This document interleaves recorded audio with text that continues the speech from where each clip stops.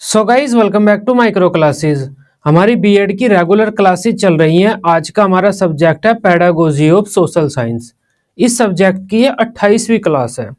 इस वीडियो में हम एक मोस्ट इम्पोर्टेंट टॉपिक कवर करने वाले हैं एसएसटी सब्जेक्ट का, जो कि है शिक्षण सहायक सामग्री, टीचिंग एड्स जिसे हम कहते हैं, टीएलएमबी से हम बोल देते हैं, टीचिंग लर्निंग मटेरियल। तो शिक्षण सहायक सामग्री क्या होता है, इस कितने प्रकार की शिक्षण सहायक सामग्री हम प्रयोग करते हैं पढ़ाने के दौरान, इसके क्या लाभ होते हैं, कौन कौन सी सावधानियां हमें बरतनी होती हैं शिक्षण सहायक सामग्रियों को प्रयोग करते टाइम, ये ऐसा मोस्ट इंपोर्टेंट क्वेश्चंस में आता है। किसमें? लॉन्ग क्वेश्चन में आता है, तो ध्यान रखना लॉन्ग में आता है। इस वीडियो में हम शिक्षण सहायक सामग्री की बात करते हैं।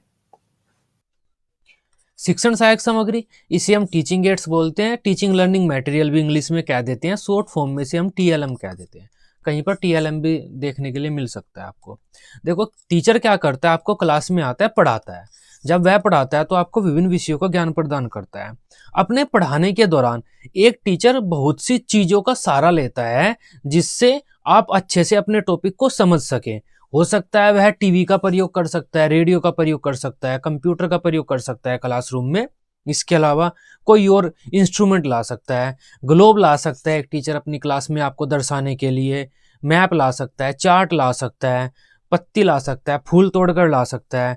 इसके अलावा कोई पिक्चर आपको दिखा सकता है, कोई फोटो वगैरह प्रिंटेड सामग्री कोई आपको दिखा सकता है। तो ये सारी चीजें जो एक टीचर क्लासरूम में पढ़ाते टाइम छात्रों के समक्ष प्रदर्शित करता है, इन सभी चीजों को हम शिक्षण सहायक सामग्री कहते हैं। तब शिक्षण सहायक सामग्री क्या होता है? शिक्षण सहायक सामग्री मतलब शिक्षण प्रक्रिया में सहायता प्रदान करने वाली सामग्री। एक टीचर अपने शिक्षण के दौरान जिन भी सामग्री का प्रयोग करता है जिससे उसके शिक्षण में सहायता हो जाए, उसके द्वारा पढ़ाया जाने वाला टॉपिक थोड़ा आसान हो जाए, बच्चे टॉपिक को अच्छे से समझ ले, उन सभी सामग्रियों को हम शिक्षण सहायक सामग्री कहते हैं। आसान भाषा में आप ऐसे कह सकते हैं, एक टीचर जब पढ़ाता है, पढ़ाते समय वह जिन भी उपकरणों का, जिन भी चीजों का प्रदर्शन बच्चों के सामने करता है, जिन जिन भी चीजों को बच्चों को दिखाता है, वे सारी हमारी शिक्षण सहायक सामग्री होती है। अब इसके बारे में पढ़ लेते हैं थोड़ा सा। शिक्षण सहायक सामग्री जैसा कि नाम से ही स्पष्ट है, शिक्षण में सहायता प्रदान करने वाली सामग्री। शिक्षण एक बहुत ही जटिल प्रक्रिया है जिसको आसान बनाने के लिए एक शिक्षक कक्षा में बहुत से श्रव्य दृश्य उपकरणों का प्रयोग करता है। श्रव्य दृश्य उपकरण मतलब ऐसे उपकरण जो देखे और सुने जा सकते हैं, देखे भी जा सकते हैं या फिर सुने जा सकते हैं या फिर दोनों कार्य किए जा सकते हैं। तो एक शिक्षक अपनी शिक्षण प्रक्रिया को सरल बनाने के लिए कक्षा में बहुत से उपकरणों का प्रयोग करता है, जैसे श्यामपट्ट का प्रयोग करता है, चित्र का प्रयोग करता है, कोई चित्र ला सकता है, पिक्चर, चार्ट ला सकता है, जैसे ये चार्ट है, चार्ट पेपर, कोई मॉडल ला सकता है, कोई हमारा ग्लोब दिखा सकता है, ग्राफ दिखा सकता है, इसके अलावा मानचित्र दिखा सकता है, मैप, टीवी दिखा सकता है, रेडियो दिखा सकता है, कंप्यूटर दिखा सकता है, फूल की पत्ती, स्केल, मतलब कोई भी चीज प्रदर्शित कर सकता है बच्चों को अपने टॉपिक को समझाने के लिए। यह श्रव्य दृश्य सामग्री शिक्षण सहायक सामग्री कहलाती है, या शिक्षण अधिगम प्रक्रिया में सहायता प्रदान करने वाली सामग्री कहलाती है। इनकी सहायता से एक शिक्षक अपने शिक्षण को प्रभावी और रोचक बनाता है। तो जो ये चीजें टीचिंग एड एक टीचर प्रदर्शित करता है ना क्लासरूम में, उनकी सहायता से एक टीचर अपने टॉपिक को रोचक बनाता है, इंटरेस्टिंग बनाता है, जिससे शिक्षा के उद्देश्यों की प्राप्ति करना आसान हो जाता है। इन सहायक सामग्रियों की सहायता से छात्रों को शिक्षण प्रक्रिया में अधिक सक्रिय रखा जाता है तथा छात्र शिक्षक अंतःक्रिया में सुधार किया जाता है। अतः अपने शिक्षण के उद्देश्यों को प्राप्त करने के लिए शिक्षक पाठ्य पुस्तक के अतिरिक्त जो भी साधन व तकनीकी उपकरण कक्षा में प्रयोग करता है, वे सभी शिक्षण सहायक सामग्री कहलाते हैं। जैसे हमारा चित्र हो गया, मानचित्र हो गया, ग्लोब हो गया, श्यामपट्ट, चौक, कोई रियल ऑब्जेक्ट भी दिखा सकते हैं हम, पेन, पेंसिल, शीशा दिखा सकते हैं, मिरर, या ईंट दिखा सकते हैं, या सीमेंट लाकर दिखा सकते हैं बच्चों को। जिस भी टॉपिक के बारे में पढ़ा रहे हैं उससे संबंधित कोई रियल ऑब्जेक्ट भी, वास्तविक पदार्थ भी दिखा सकते हैं। तो समझ पाए आप शिक्षण सहायक सामग्री क्या होता है? एक टीचर पढ़ाते समय जिन भी वस्तुओं, उपकरणों का प्रदर्शन बच्चों के सामने करता है, जिन भी चीजों को दिखाता है बच्चों को, देखो इसे ध्यान से देखो, इसमें ये चीजें ऐसे ऐसे करके, वे सारी चीजें शिक्षण सहायक सामग्री कहलाती है। अब इसकी परिभाषा देख लेते हैं। डेंड ने क्या कहा है? सहायक सामग्री वह सामग्री है जो कक्षा में या अन्य शिक्षण परिस्थितियों में लिखित या बोली गई पाठ्य वस्तु को समझाने में मदद करती है। जो टीचर बोल रहा है या जो हमारा कंटेंट, जो टॉपिक लिखा हुआ है, उन चीज़ों को समझाने के लिए अगर कोई भी उपकरण यूज किया जा रहा है उसे हम सहायक सामग्री कहेंगे। तो ये कहा है हमारे डेंट ने।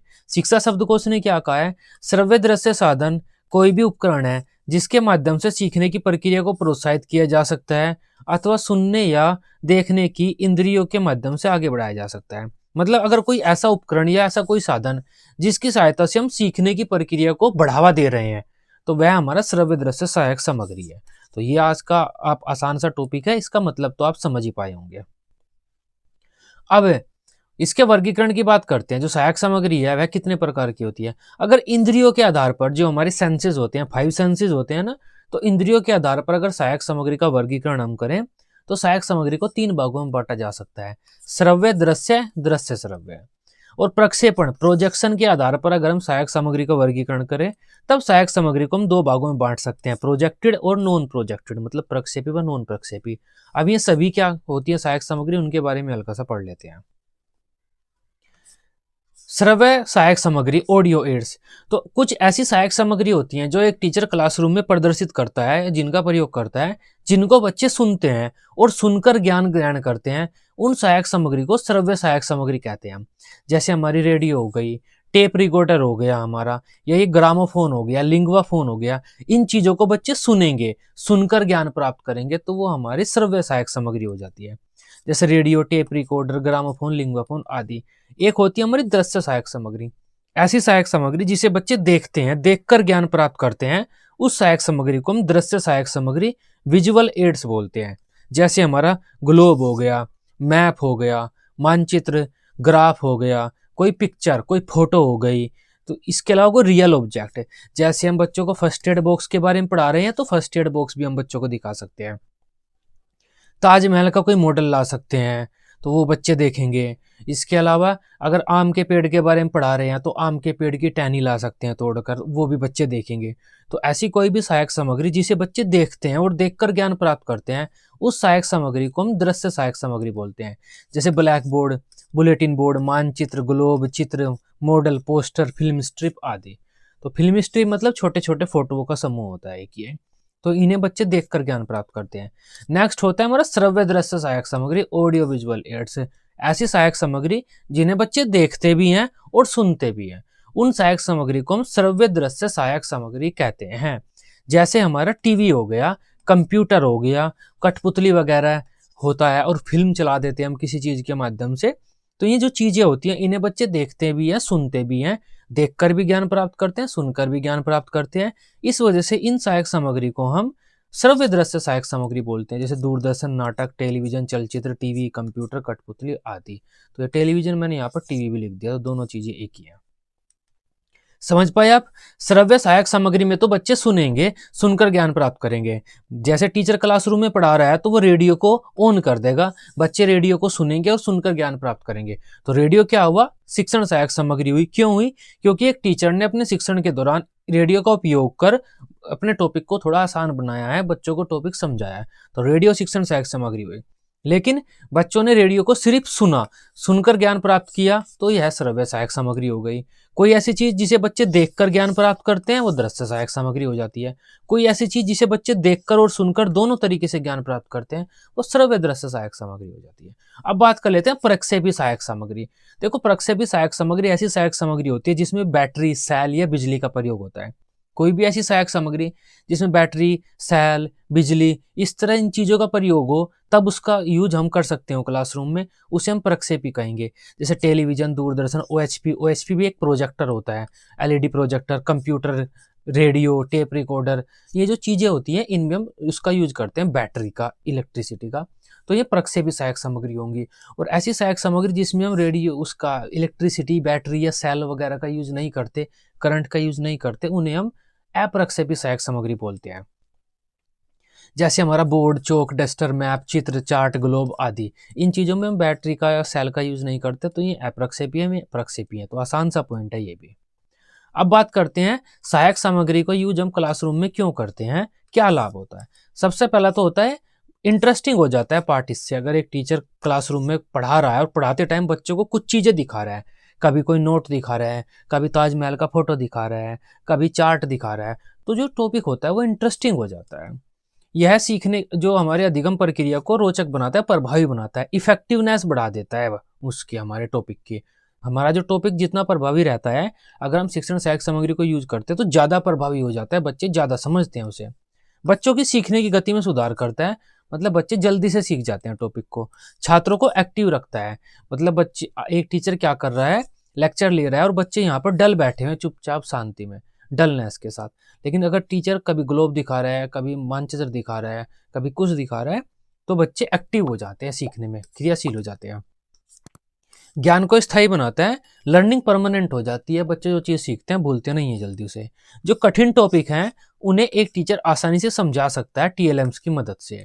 अमूर्त पदार्थों को मूर्त रूप प्रदान करता है। अमूर्त पदार्थ मतलब ऐसी चीजें जो बच्चों के सामने नहीं है, और मूर्त रूप मतलब जो चीजें बच्चे स्पष्ट रूप से, प्रत्यक्ष रूप से देख सकते हैं, वो मूर्त है। तो अमूर्त चीजों का मूर्त रूप प्रदान कर बच्चों को समझा सकते हैं। जैसे अगर यह टीचर पैसों के बारे में बात करता, पैसे ऐसे होते हैं वैसे होते हैं, तो वो एक अमूर्त तथ्य था। लेकिन अगर इस टीचर ने बच्चों को पैसे दिखाए, देखो ये पैसे होते हैं, तो वो मूर्त रूप हो गया कि हमने किसी चीज का मूर्त रूप बच्चों को दिखाया। यह बालकों की निरीक्षण शक्ति का विकास करता है, क्योंकि बच्चे देखते हैं, बार बार देखते हैं, कभी फोटो देखते हैं, कभी ग्लोब देखते हैं, कभी मैप देखते हैं, कभी कुछ देखते हैं, तो बच्चों की ऑब्जर्वेशन पावर बढ़ जाती है। बच्चों के सर्वांगीण विकास में सहायता प्रदान करता है यह, और जो उनकी इंद्रियां होती है, सेंसेस होते हैं, उनके प्रशिक्षण में भी सहायता प्रदान करता है। ये हमारे लाभ होते हैं टीचिंग एड्स के। अब बात कर लेते हैं शिक्षण सहायक सामग्री का चयन करते समय कौन कौन सी सावधानी आपको रखनी होती है। ये वेरी इंपॉर्टेंट होता है, पेपर में आता है, शॉर्ट में आ जाता है कि आप शिक्षण सहायक सामग्री का चयन करते समय किन किन बातों को ध्यान में रखेंगे। आप टीचर हैं, आप कोई टॉपिक पढ़ाना चाहते हैं, तो उस टॉपिक को पढ़ाने के लिए आप कोई टीचिंग एड सेलेक्ट कर रहे हैं, तो टीचिंग एड सेलेक्ट करते टाइम आप किन किन चीजों का ध्यान रखेंगे, वो आपको पेपर में लिखना होता है। जो हमारी शिक्षण सहायक सामग्री है जो हम चयन करना चाहते हैं, वह छात्रों के परिवेश से जुड़ी हुई होनी चाहिए, मतलब छात्रों के आसपास के माहौल से ही हो, जिस एरिया में बच्चे रहते हो उसी एरिया से जुड़ी हुई होनी चाहिए। ऐसा नहीं है इंडिया में हम अमेरिका की कुकी लाकर दिखाएं, तो बच्चे उस कुकी से क्या सीखेंगे, उस कुकी को ही नहीं जानते बच्चे। तो बच्चे के परिवेश, बच्चे के माहौल से जुड़ी हुई होनी चाहिए शिक्षण सहायक सामग्री। जो सहायक सामग्री है वो पाठ्य वस्तु हमारे टॉपिक से रिलेटेड होनी चाहिए। अगर हम इंजन पढ़ा रहे हैं तो इंजन से रिलेटेड ही सहायक सामग्री को हमें प्रदर्शित करना होता है। हो सकता है इंजन का कोई मॉडल ला सकते हैं हम, हो सकता है इंजन का कोई फोटो ला सकते हैं, इंजन का कोई पार्ट बच्चों को दिखा सकते हैं। इसके अलावा इंजन ऑयल दिखा सकते हैं, इंजन कैसे काम कर सकता है उसका कोई चित्र बनाकर बच्चों को दिखा सकते हैं। लेकिन ऐसा नहीं है, ऐसा भी कर सकते हैं हम ज़्यादा से ज़्यादा कि गाड़ी दिखा सकते हैं बच्चों को हम कि ये गाड़ी इस प्रकार के इंजन से चलती है। लेकिन ऐसा नहीं हम वो ला रहे हैं फोटो आम के पेड़ का और पढ़ा रहे हैं इंजन, ऐसा नहीं कर सकते हम। जो हमारी सहायक सामग्री है वो किसी न किसी प्रकार से हमारे टॉपिक से रिलेटेड होनी चाहिए, उससे संबंधित होनी चाहिए। जो सहायक सामग्री ऐसी होनी चाहिए जो हमारे उद्देश्यों को पूरा करे, शिक्षण के उद्देश्यों को जो पूरा करने में सहायता प्रदान करे, ऐसी सहायक सामग्री होनी चाहिए। सहायक सामग्री आकार में इतनी होनी चाहिए जिसे सभी बच्चे आसानी से देख लें। अगर यह टीचर छोटा सा नोट लाता तो जो पीछे बच्चे बैठे हुए देख नहीं सकते थे, तो यह टीचर थोड़ा बड़ा नोट लाया है। तो सहायक सामग्री का आकार इतना होना चाहिए कि सभी बच्चे उसे आसानी से देख सके। उसको कक्षा में प्रयोग करना आसान होना चाहिए। ऐसा नहीं कि टीचर सहायक सामग्री को प्रयोग करना चाहता है और कंप्यूटर लेकर आ गया और कंप्यूटर यूज ही नहीं करना आता, यूज करने में इसे काफ़ी परेशानी हो रही है। तो ऐसी सहायक सामग्री का हमें चयन करना चाहिए जिसे कक्षा में आसानी से एक टीचर प्रयोग कर सकता हो।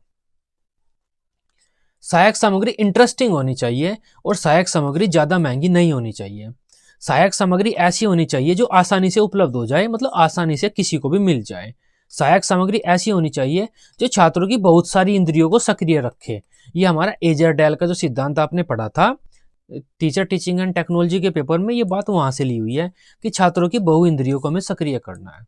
नेक्स्ट है सहायक सामग्री ऐसी होनी चाहिए जो बच्चों को एक्टिव रखे, मतलब बच्चे एक्टिव हों, बच्चे उस चीज के बारे में क्वेश्चन आंसर भी पूछ सके। सहायक सामग्री है छात्रों की समझ, आयु और रुचि के अनुसार होनी चाहिए। जो सहायक सामग्री है हमारी बच्चों की इंटरेस्ट वगैरह, बच्चों की एज वगैरह, बच्चों की कितना स्तर है, कितनी स्किल है बच्चों के पास, उसके अनुरूप होनी चाहिए। सहायक सामग्री ऐसी होनी चाहिए जो बच्चों को प्रेरित करे, मोटिवेट करे।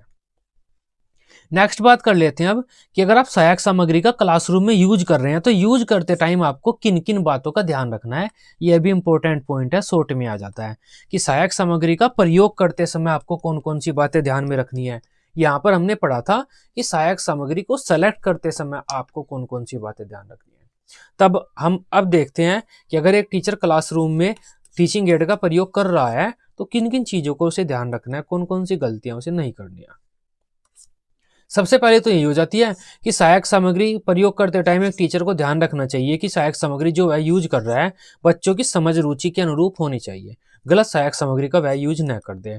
सहायक सामग्री हमारे पाठ्य वस्तु से संबंधित होनी चाहिए, छात्रों को प्रेरित करने वाली होनी चाहिए। सहायक सामग्री आकर्षक होनी चाहिए लेकिन ज्यादा आकर्षक नहीं होनी चाहिए। अगर ज्यादा आकर्षक होगी तो बच्चे उस सहायक सामग्री को ही देखते रहेंगे, टॉपिक पर ज्यादा ध्यान नहीं देंगे। जितनी आवश्यकता हो उतनी देर के लिए सहायक सामग्री को कक्षा में प्रयोग किया जाना चाहिए। प्रयोग के बाद सहायक सामग्री को तुरंत बच्चों के सामने से हटा देना चाहिए, क्योंकि अगर हम ऐसा नहीं करेंगे तो बच्चे सहायक सामग्री पर ही ध्यान देते रहेंगे। सहायक सामग्री का प्रयोग करना आसान होना चाहिए। सहायक सामग्री जो क्लासरूम में प्रयोग की जा रही है वह सही हालत में होनी चाहिए, टूटी फूटी नहीं होनी चाहिए। सहायक सामग्री को प्रयोग करने से पहले एक शिक्षक को चाहिए कि वह उसे पहले ही प्रयोग करके देख ले। सहायक सामग्री को प्रयोग करने के साथ साथ जो उसकी सावधानी रखी जाती हैं उनका भी एक टीचर को ध्यान रखना चाहिए। तो ये सारी चीजें होती हैं, इनमें कुछ चीजें पीछे से ली हुई हैं, वो दोनों सेम है, आप दोनों जगह लिख सकते हैं। तो ये आज का हमारा टॉपिक था टीचिंग एड्स, जिसे हम TLM बोल देते हैं, TLMs, टीचिंग लर्निंग मटेरियल्स। ये क्या होता है आसानी से आप इसे समझ पाए होंगे। वीडियो अच्छी लगी हो आप इसे अपने बीएड ग्रुप में दोस्तों के साथ शेयर कर सकते हैं। बीएड की सभी सब्जेक्ट की डेली रेगुलर क्लासेस लेने के लिए आप इस चैनल को सब्सक्राइब कर सकते हैं। Till then, bye bye, take care.